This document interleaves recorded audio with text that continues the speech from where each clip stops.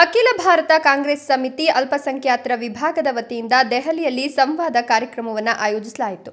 ಈ ಕಾರ್ಯಕ್ರಮದ ಅಧ್ಯಕ್ಷತೆಯನ್ನು ಎಐಸಿಸಿ ಅಲ್ಪಸಂಖ್ಯಾತರ ವಿಭಾಗದ ಅಧ್ಯಕ್ಷ ಇಮ್ರಾನ್ ಪ್ರತಾಪ್ ಗಡಿ ವಹಿಸಿದ್ರು. ಕಾಂಗ್ರೆಸ್ ನಾಯಕ ರಾಹುಲ್ ಗಾಂಧಿ ವಿಶೇಷವಾಗಿ ಭಾಗವಹಿಸಿದ್ದು, ಅವರ ಆಹ್ವಾನದ ಮೇರೆಗೆ ಈ ಕಾರ್ಯಕ್ರಮ ಆಯೋಜಿಸಲಾಗಿತ್ತು. ಮೊದಲ ಹಂತದಲ್ಲಿ ದೇಶದ 9 ರಾಜ್ಯಗಳ ಜಿಲ್ಲಾಧ್ಯಕ್ಷರನ್ನ ಆಹ್ವಾನಿಸಲಾಗಿತ್ತು. ತೆಲಂಗಾಣದ 15 ಜಿಲ್ಲಾಧ್ಯಕ್ಷರನ್ನ ಎಐಸಿಸಿ ಅಲ್ಪಸಂಖ್ಯಾತರ ವಿಭಾಗದ ರಾಷ್ಟ್ರೀಯ ಪ್ರಧಾನ ಕಾರ್ಯದರ್ಶಿ ಹಾಗೂ ತೆಲಂಗಾಣ ಉಸ್ತುವಾರಿ ಶಕೀಲ್ ನವಾಜ್ ಮತ್ತು ತೆಲಂಗಾಣ ರಾಜ್ಯ ಅಲ್ಪಸಂಖ್ಯಾತರ ವಿಭಾಗದ ಅಧ್ಯಕ್ಷ ಇರ್ಫಾನ್ ಅಲಿ ಅವರ ನೇತೃತ್ವದಲ್ಲಿ ದೆಹಲಿಗೆ ಕರೆತಂದು ಕಾರ್ಯಕ್ರಮದಲ್ಲಿ ಭಾಗವಹಿಸಲಾಯಿತು.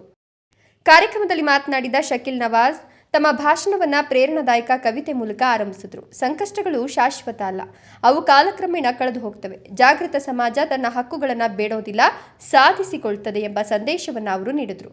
ಈ ಸಂವಾದ ಕಾರ್ಯಕ್ರಮದಲ್ಲಿ ತೆಲಂಗಾಣದ ಎಲ್ಲ 15 ಜಿಲ್ಲಾಧ್ಯಕ್ಷರು ಸಕ್ರಿಯವಾಗಿ ಪಾಲ್ಗೊಂಡರು.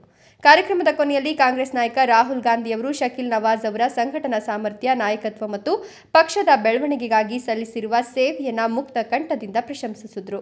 ಅವರ ಕಾರ್ಯವೈಖರಿಯನ್ನು ಶ್ಲಾಘಿಸಿ ಅಭಿನಂದಿಸಿದರು.